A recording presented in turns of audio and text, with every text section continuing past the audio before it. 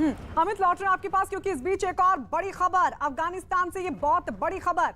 तालिबान के खिलाफ जंग लड़ रही सेनाओं की तरफ से 40 तालिबानी लड़ाकों के मारे जाने का दावा किया गया है। अफगानिस्तान के अंद्राब बागलान के 3 जिले तालिबानी आतंकियों से छीन लिए गए हैं और इस बीच तालिबान से लड़ रहे संगठनों की तरफ से दावा किया जा रहा है कि उन्होंने 40 तालिबान लड़ाकों को मार गिराया है, जबकि 15 तालिबान के घायल होने की खबर है। बताया जा रहा है कि तालिबान के खिलाफ लड़ रहे अफगानी लोगों के इस गुट का नेतृत्व अब्दुल हमीद दादगर कर रहे हैं। हालांकि अपनी इस बड़ी हार पर तालिबान अब तक खामोश है। अफगान सरकार में रक्षा मंत्री रहे बिस्मिल्लाह मोहम्मदी ने भी इस बात की पुष्टि की है। मोहम्मदी के मुताबिक नॉर्थ ईस्टर्न बागलान प्रोविंस के पुल हिसार, दे सालाह और बानू जिले तालिबान आतंकियों से मुक्त करा लिए गए हैं।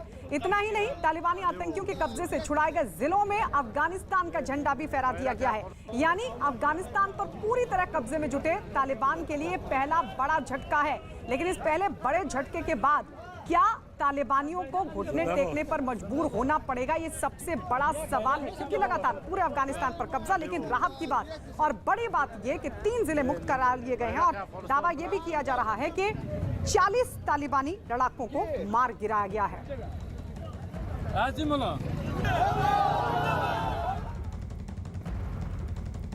एक और अफगानिस्तान में कई जगहों पर तालिबान का विरोध तेज हो चुका है और इस बीच खबर यह भी मिल रही है कि पूर्व राष्ट्रपति अशरफ गनी के भाई हशमत गनी ने तालिबान के समर्थन का ऐलान कर दिया है। तालिबान की ओर से अशरफ गनी के भाई की खलील हक्कानी से मुलाकात का एक वीडियो भी जारी किया गया और यह दावा किया गया कि उन्होंने तालिबान का दामन थाम लिया है।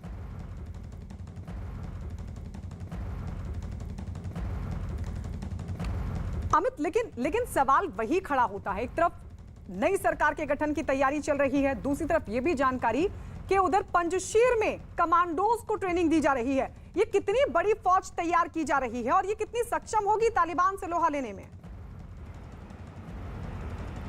देखिए, पंजशीर की हमें पूरी भौगोलिक स्थिति को समझना होगा। वहां पर कौन लोग हैं, कौन इकट्ठा हुए हैं।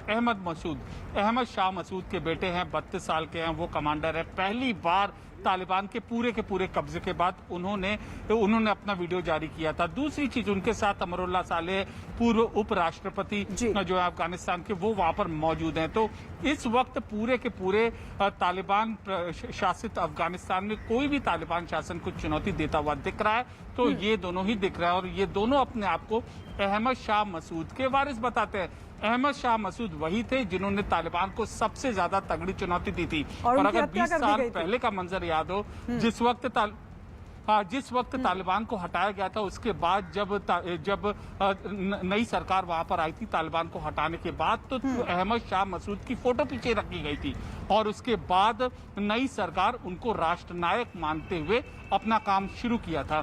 तो एक तरीके से अभी ये चीज दिखाने की अहमद शाह मसूद का जो लेगेसी है, उनकी जो परंपरा है, उनकी जो वीरता है, वो दिखाने के लिए ये दोनों इकट्ठा हुए। लेकिन कितना आगे बढ़ पाते हैं, बहुत बड़ा सवाल ये कहते हैं कि ये कितना आगे बढ़ पाते हैं। और पंजशीर हमेशा से ही गढ़ रहा है इनका, लेकिन पंजशीर से आगे क्या हेरात पर कब्जा कर पाएंगे, क्या कंधार पर कब्जा कर पाएंगे, क्या गजनी पर कब्जा कर पाएंगे, क्या कुंदूज पर कब्जा कर पाएंगे, या फिर वहां एक विरोध का जो प्लेटफॉर्म है वो तैयार कर पाएंगे, ये सबसे बड़ा सवाल है।